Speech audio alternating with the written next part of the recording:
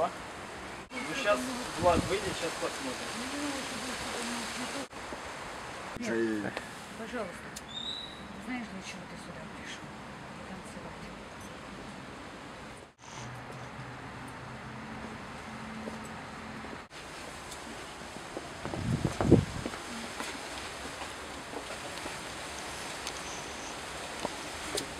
Если не мешают,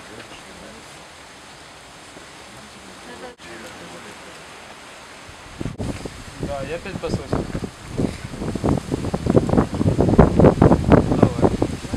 Я вижу. L'Ukraine est en deuil ce samedi 22 et ce dimanche 23 février suite aux manifestations et aux violences qui, comme vous le savez, ont éclaté la semaine dernière à Kiev. Et ceci suite à l'usage disproportionné de force de la part des forces de police à Kiev et suite à l'usage inapproprié d'armes à feu de la part de la police anti-émeute. Cette confrontation au centre-ville de Kiev a fait depuis une dizaine de jours presque 100 victimes à qui le Maïdan, la place de l'indépendance, disait adieu avant hier et ce matin encore. Sur le plan politique, la situation se stabilise de plus en plus. Le Parlement a formé une nouvelle majorité qui a remplacé le président du Parlement et cette nouvelle majorité est en train de former un nouveau gouvernement de coalition, donc un gouvernement à composition large. Le président du Parlement a été nommé chef de l'État par intérim, puisque le Parlement a constaté la vacance du poste présidentiel. On ne peut pas joindre le président Yanukovych est injoignable. Le Parlement donc a pris acte de son absence et le Parlement a fixé l'élection présidentielle anticipée au 25 mai. Donc le Parlement a travaillé samedi, ce matin, le Parlement va reprendre ses travaux lundi. Donc nous espérons que la situation va se stabiliser définitivement et que la vie normale va reprendre de plus en plus en Ukraine.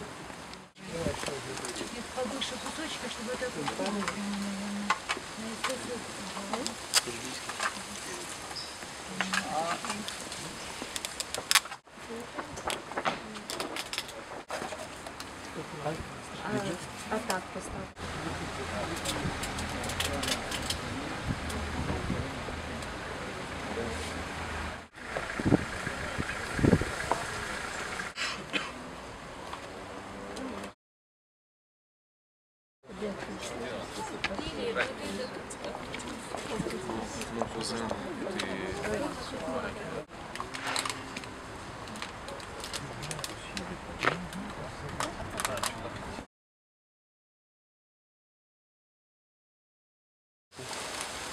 Alors Kiev, c'est une ville, un berceau de chrétienté pour toute l'Ukraine et toute la Russie. Et comme moi je suis né à Kiev, je suis d'origine de Kiev, je suis agrandi à Kiev. La moitié de ma famille était présente sur la place de l'indépendance, Maïdan. Et tous étaient inquiets de la vie, de surveillance de nos frères, de nos mères et pères qui étaient présents pendant ces événements à Kiev. C'est la douleur que ce conflit est devenu sanglant. Et nous prions pour la mémoire éternelle des victimes, de ceux qui étaient tués ou décédés aux hôpitaux. Merci.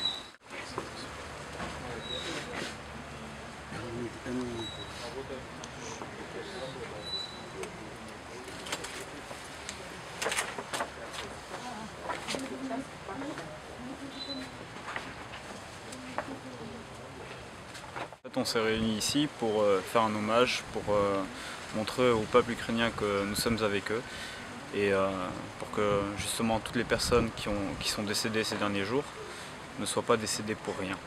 Pour que en fait, on leur fait un hommage ici ce soir, pour que personne ne les oublie et pour que enfin ça serve à quelque chose.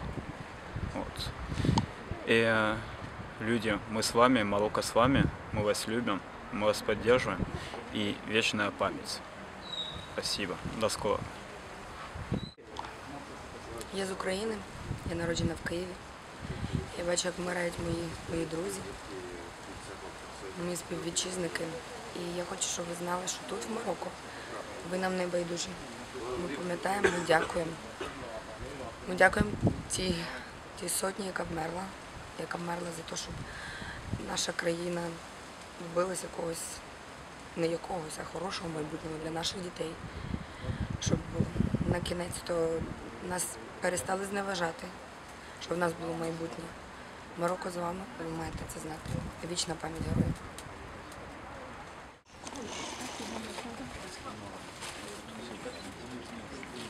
Souvenons-nous en tout cas de ces jeunes qui ont donné leur vie pour notre avenir à nous. Merci beaucoup et je pense que le Père Maxime dira aussi quelque chose.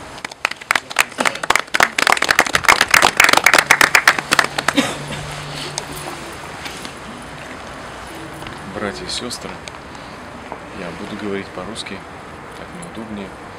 Сегодня и вчера Святая Церковь молится о покаянии наших убиенных, усопших сродников, в особенности о тех, кто пострадал во время противостояния в Киеве и в других городах на Украине.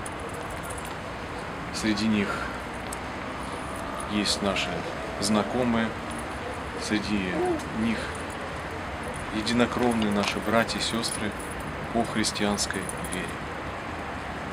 Поэтому и вчера, и сегодня мы молились о прощении грехов, вольных или невольных, о том, чтобы Господь послал нашей стране умиротворение, чтобы люди смогли снова созидать, а не разрушать. Не разрушать чужие жизни, а наоборот стремиться к тому, чтобы в обществе появилась снова консолидация.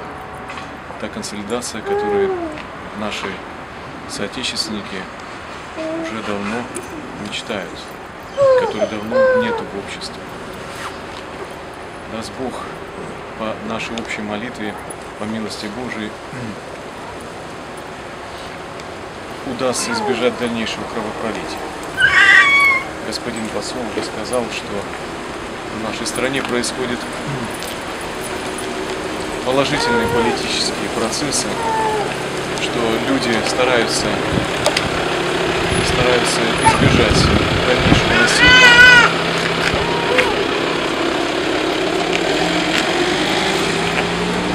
Будем молиться, чтобы так оно и было, чтобы больше не было разделений между людьми и чтобы ни в коем случае не лилась братская кровь ни с одной, ни с другой стороны баррикад. Самое страшное, что может произойти в стране, это гражданская война. Это то, когда убивают друг друга люди единокровные. Будем молиться, чтобы Господь дал нашей стране возможность и чтобы никогда больше такого не повторилось. Спасибо.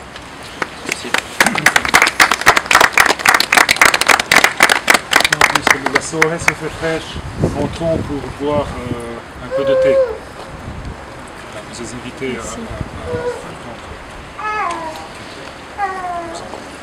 Спасибо.